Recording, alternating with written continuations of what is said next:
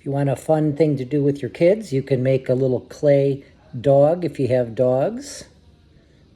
I got hundreds I've made so far, but first thing you want to do is get Sculpey clay. Walmart or Hobby Lobby has it. It's clay that is designed to cook in your regular oven, so you don't need a $1,200 kiln to make it. Start by making kind of like an elongated egg shape. Squeeze. This is going to be the back. You're going to squeeze it a little bit. Make little indentations in it. That's going to be like the dog's hip area or waist area there.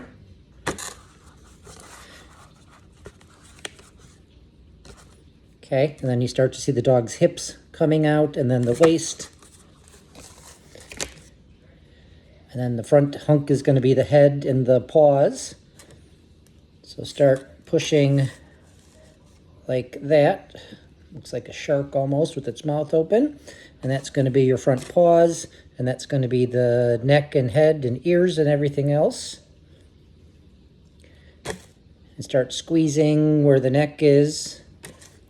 Start shaping the neck. Leave a big hunk for the head.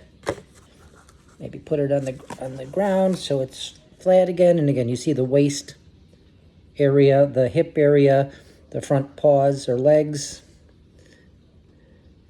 the head. Okay, starting to get a little more shape, looking like an animal now. Start pinching out for the nose and the head. Depending on the dog, you're going to have different type of ears. So this dog is like a lab. So I'm just going to pinch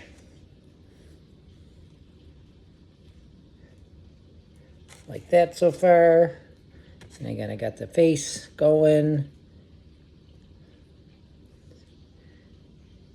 And leave those ears out for right now. And then we're going to push under the neck a little bit. Okay.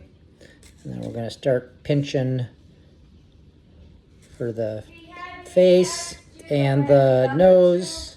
So that's that. And then you'll start to see that it looks like a dog, and then you can start doing specific shaping for whatever type of dog it is. 7.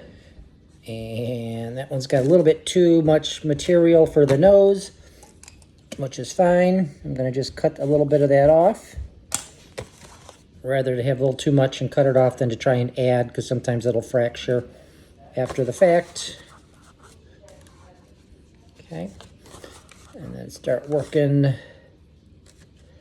the ears down like that.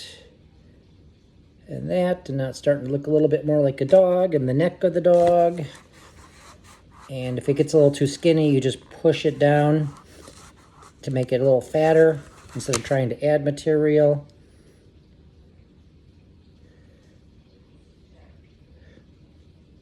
Okay, so we're getting there, looking more like a dog.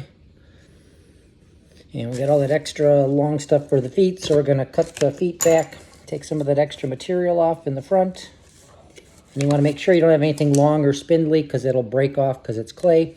So you always want to have more bulky features, even if it's not perfectly realistic. And then there we go here.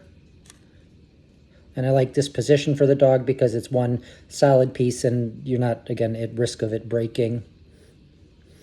Okay, once I get what looks like the feet there, I'm going to cut a little bit of the material out of the middle to make my two legs, front legs. Okay.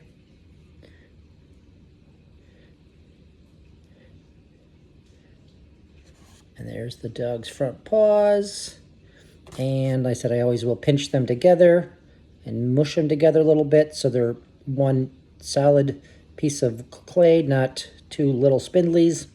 If you want, you can push your finger in there and make the elbow a little bit. Okay, so that's most of the dog. And then we're going to put eyes in it, just with a little pencil.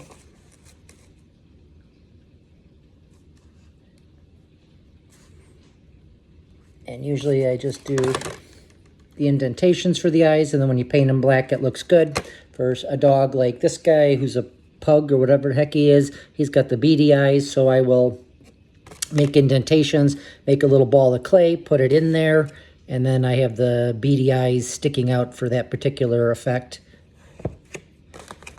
The mouth of the dog, where's my... Okay, so a dog's mouth is always going to be 90% top and 10% bottom. So if I'm making an indentation for the mouth, it's going to be like that. That looks more natural. I leave it all together because that lower jaw would break off. You can make two little dots if you want for the nostrils. Okay, looking more like a dog, like a lab. Make his chin a little bit tighter. Don't want the neck too skinny. Okay, you've got that nice waist appearance right there by just putting your finger in there. If you want, you can make a back leg.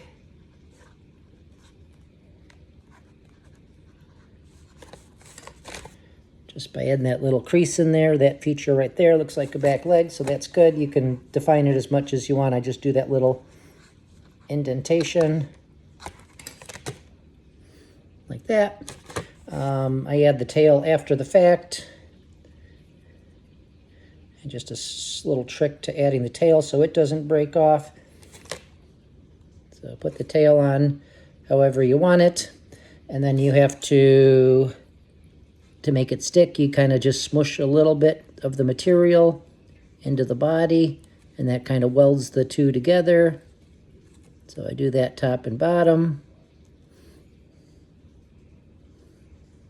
And then that won't break off after the fact.